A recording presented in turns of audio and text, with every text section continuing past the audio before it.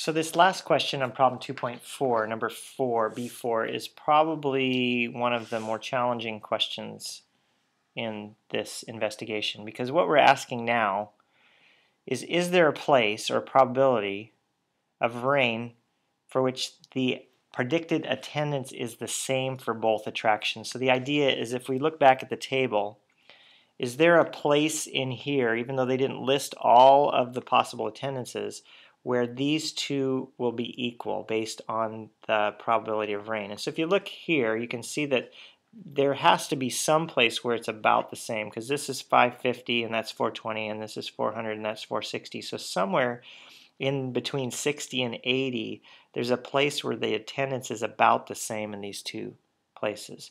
So we know that it exists. The question is, how do you find the number or the percent rain, probability of rain, for where that attendance is equal? And the way that you do that is when you have two equations like this, and you want to find out where the P is the same, probability is the same, in both, you just take the two equations and you make them equal to each other. So if I take these two equations, and because what we're asking is, when is the attendance, when is this equal to this? Or really what we're asking is, what probability will these two be the same? The attendance at Big Fun and the attendance at Get Real. And so sort of the algebraic, again, way to do this, classic algebra system, is when you have two equations and you want to know where they're equal, you just set them equal to each other. So if I take negative 7.5 P, which is probability, plus 1,000, and just say it's going to equal the other equation, 2 times the probability plus 300. And then I solve, because now the only variable or the only thing I have in this problem is the letter P. And so now what I'm going to do is, again, very classic algebra sort of system of equation solving. I'm going to decide which to add or subtract first. In this case, I think I'm going to subtract 300 from both sides of the equation first.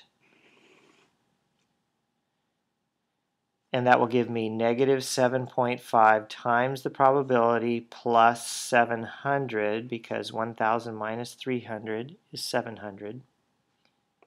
And over here I have the 2 times the probability, and this becomes 0, which was the whole idea, was I made by subtracting or adding its opposite.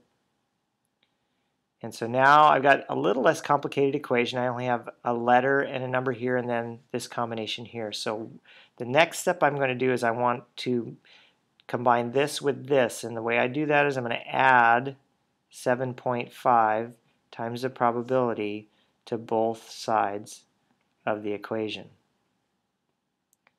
See, those two things are equal. You can do that as long as you do the same thing to both sides and they're equal.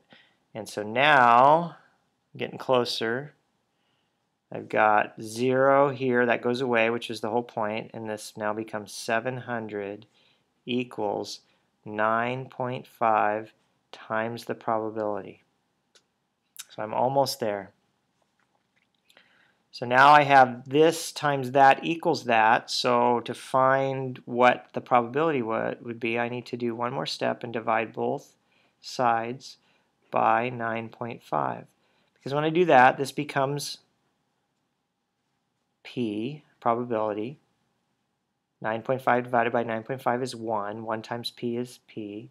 And then 700 divided by 9.5 is going to be the answer I'm looking for. And so I'm going to go ahead and grab my calculator again and do 700 divided by 9.5.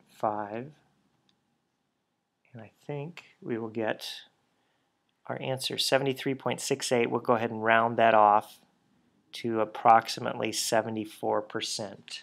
So at about 74%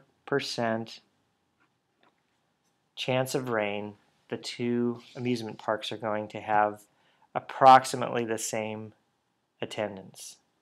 And we could actually use that 74% and put it into the equation and just for fun, we'll do that. 74 times 2 plus 300, that's the get real, 448 people.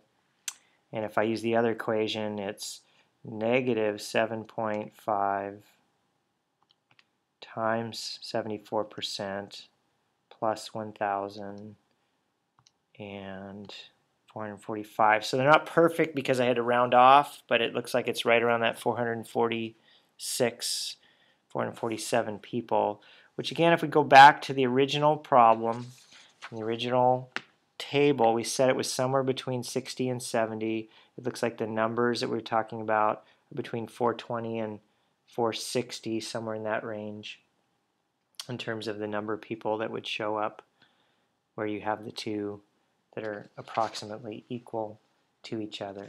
So it fits right in, should fit in. The equation works. Taking the two equations and setting them equal to each other and solving for the probability gives us what we were looking for.